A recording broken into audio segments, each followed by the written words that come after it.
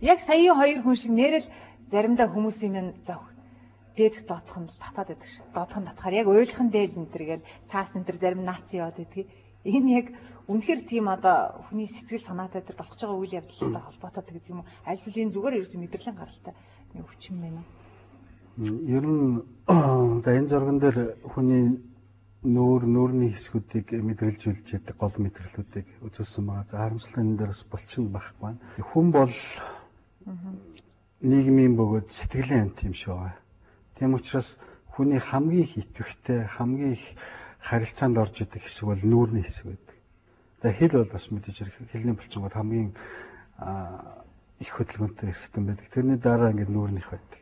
Хоёр хүн ч гэсэн харьцахтаа ер нь хүн байтугай амтан ч гэсэн хүнтэй харьцахтаа нүдээр нь харьцаж яадаг шүү дээ. Тэгэхээр нүдэрээ бүх сэтгэл санааны юм уу хэлэх хэлэхгүй гэсэн илэрхийлэл гаргаж яадаг учраас хүний хамгийн мэдрэмжтэй булчингууд хамгийн их илэрхийлэлд оролцож яадаг тэр мэдрэлүүд бол энэ нүүрний хэсэг дээр ялангуяа нүд тойроод байдаг.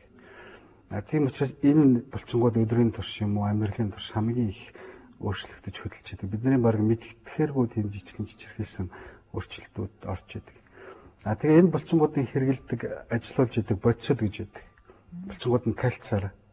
Тэгээд булчин мэдрэл хоёр нь аль аль нь магнезиум гэж бодисоор хангалттай төвшөнд байж одоо 0.5-аас 0.6-гийн хооронд ч юм уу тэр төвшөнд байж энэ хэвийн ажиллаж идэг. Гэтэл ялгүй жоохон өөрчлөлтөд буурчих юм бол ялангуяа магнезиумын хэмжээ буурчих юм бол энэ нүрийн энэ булчингуудыг мэдрэлжүүлж байгаа тэр мэдрэлүүд хэвийнхээс илүү юм чөчрөлтөг байдаг. Тэрнээс болоод доод зогттаад юм уу дээд зогттаад байдаг. Нүүрний булчингуудаас хамгийн их татдаг нь тэр шүү дээ. Дээд доод зог хамгийн их илэрхийлэлд оролцоод ажиллаж идэг учраас эмчээс энэ үед одоо магнезиум л уух хэрэгтэй. Одоо харин хуучин байдгүйсэн харцсангуу одоо манай аптекууд дээр магнезиумтай, кальцтай, Д витаминтайгаа юм уу Б витаминтайгаа байдаг болсон байлээ. Энэ бол ерөөсөө яг энэ витамины дэлгүүрүүдээр ялангуяа байгаа. Энэ бол яг энэ дээд доод зохих татах. Эсвэл нүүрний ял бусад хэсгүүд ч гэсэн заримдаа жижигхэн татах юм байдаг шүү дээ. Энэ ер нь бол энэ юунаас болж байгаа юм гэвэл их ачаалттай байгаас л болж байгаа. Их төвлөрч суудаг. Тэр ихтэй хүнтэй биш, компьютертэй харьцахдаа хүний нэг онцлог байдаг. Компьютертэй харьцаж байхдаа хүнтэй харьцаж байгаа юм шиг их нүүрний илэрхийлэлтэй төвлөрч, ухаан санаа төвлөрөхөд нүүрний булчингууд төвлөрч байдаг. Тэрнээс болоод тийм хүмүүсийн ч хүрт бас ингэж булчин татдаг. Дээд зогт татахаар сайн ёр доотлол нь муу ёр гэдэг бол одоо энэ нэрийн дээр доор байрлах л баг. Тэрнээс бол адилхан л хүний нүүрний булчин тэгэлжүүлж байгаа захын мэдрэлийн хэсгийн тэр хоорондын холбоосын жоохон үйл ажиллагаа алдагдсан юм байна. Яг эмгэг өвчнүүдийг 100,000 байна гэж бодоход 70,000 нь бол сэтгэл санаа оролцсон өвчнүүд байдаг. Тэгэхээр хүн доод зохиод татахаар муу ёр гэж бодж ивэл муу ёр л болно. Муу юм л заавал тохиолдно. Тэр хүний амьдрал өнөөдөр надад 20 сайн 20 муу юм тохиолдоход би тэрийг 20 муу юм доод зохитойгоо холбож бодно. Гэтэл тэр хүн өөдрөг сэтгэлтэй байгаад миний дээд зохит татж байгаа юм чинь сайн болох нь гэж бодоод мэдээж 10-20 сайн юм болоо тэрийг тэр зохитойгоо холбоод бодох нь.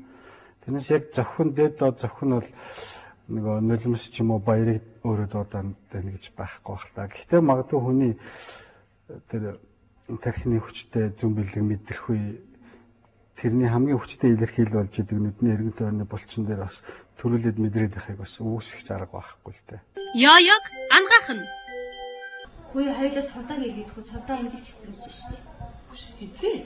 Бамбар нүвдөд тэрэн зөөрх мөрх нүвдөд ингээд гар маран салуулаад айгүй хэцүү байгаа гэсэн унтаж чадахгүй байгаа гэсэн. Хөөе ямар сони юм бэ? Хизээ бамбаа чинь зүрхэндээ ордог байсан юм бэ? Гэхдээ ямар ч байсан зүрхэндээ орсон гэж хэлсэн шүү. Би уцаар ярьсан хоёлаа өнөөдөр зав гаргаад иргэдэхгүй. Тэгэхгүй болохгүй хаа. Тэг. Гэхдээ ямар сони юм бэ? Цаадхны чи хүчүү нарийнхан байсан да. Тэг би ч гэсэн анзаараагүй нэрээ нэг томорсон юм харагдахгүйсэн шүү. Миний хувьд л бамбаа өвчтөг хүний л хүчүү томорсон байх л харсан. Тэгэж зүрх мөрхөндөө орсон уул хараагүй. Сони юм.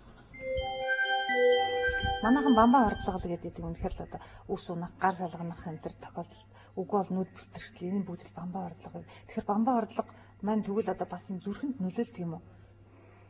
Зүрхэнд нөлөөлөхөөр барахуул болно л доо. Яг гэвэл бамбаан үндсэн үйл ажиллагааны чиглэл нь гэвэл хүний бодис сэлцээний идэвхийг тохируулж яадаг.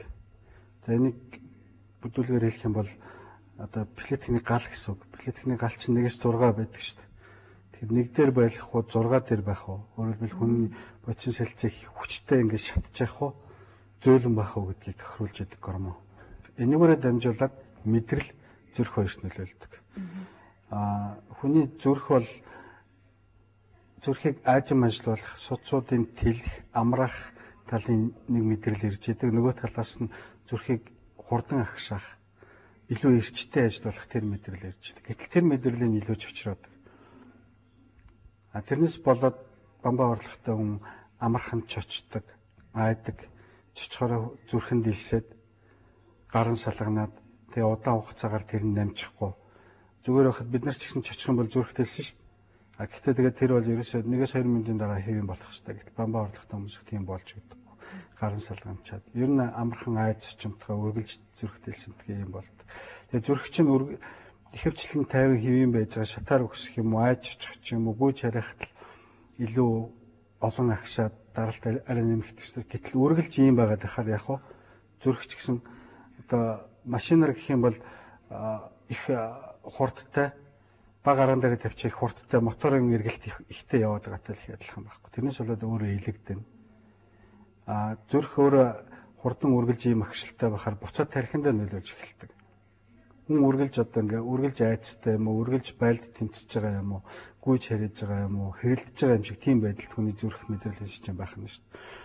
Тэгээ ийм нөлөө үзүүлдэг. Тийм учраас бамбайн зөв эмчилгээ хийх хэрэгтэй. Энэ ямар үед үүсдэг юм бэ гэвэл ер нь бол бамбайн үйл ажиллагаа ихсэн үед, өрөвсөн үед, бамбаагаас гарч байгаа тэр бодис солилцоог хариуцдаг тэр гормонууд ихсэн үед л ийм бамбайн хордлого үүсдэг. Жишээлбэл энэ зүрх байхад энэ зүрхийг хурдан агшаадаг, чичраадаг, хурцсгадаг тэр мэдрэл нь бол энэ зүрхний зүүн дээд хэсэг дээр орж ирдэг. Арай тайвшруулдаг хэсэг нь бол нөгөө талаар авах нь шүү дээ. Тэгэхэд бамбай энэ хэсгийг чичрээж өгдөг. Тэрнээс болоод амархан агшамтгаа, чичрэмтгаа, дэлсэмтгээ тэр нь боохгүй юм байдалд ордог байх нь шүү дээ. Ер нь бол бамбай бол зөвхөн зүрх биш. Бодис солилцоогоор гэхээр хүний бүх эдис эрхтэн бүгдээрэнд нь тийм одоо хурцсгцсан юм шиг, халууны нэмцсэн юм шиг, галын нэмцсэн юм шиг, чочрлын агшилтын хариу уруулын нэмцсэн юм шиг тийм болдог. Тэрнээс болоод нойр багуулна, хоол хидэдэсэн ч гэсэн турдаг. Маш их галын нэмцсэн учраас турдаг. Одоо зүрхэн илүү агшдаг, мэдрэл нь ч гэсэн их ажилласаар аваад ядаргаанд ордог юм байна.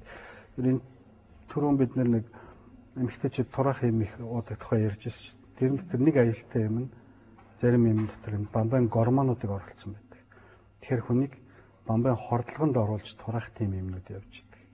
Тэр энэ бол хүн өөрийнхөө дотоод шүүрлийн булчирхай бодис солилцоогоор оролдож байгаа учраас бол тэгж сүлжээнээс аваад уугаад өөрөө турахаар бол юм биш. Тэгвэл яг тэгж турах гэх юм бол энэ чи нарийн ялалтанд ор уух хэрэгтэй. Тийм болохоор энэ үед нэгдүгээрт бамбайн дээр ихсэн үйл ажиллагааг хэвэн болгох, өрөвслийн дарах юм уух хэрэгтэй. Энэ бол бүр яг зөвхөн бамбайнд нөлөөлдөг тийм юмнууд байдаг. Хоёрдугаарт хордлогыг багасгах. Энэний тулд аль болохоор илүү шингэн уух хэрэгтэй. Гуравдугаарт зүрхэнд орж байгаа нөлөөг нь багасгах юмнууд байдаг. Яг зүрхний үргэлж тэгж агшаад, үргэлж чочроод ингэж байгааг нь багасгадаг юм уу. Ийм төрлийн 3 юм уу гэж тэр зүрхэн нөлөөлж байгаа нөлөө гайгүй болгоно. Ер нь бамбайн өөрийнх нь үндсэн эмчилгээч гэсэн бол. Ёёг ангаах нь. Нойр гихч нь биеийг тижээх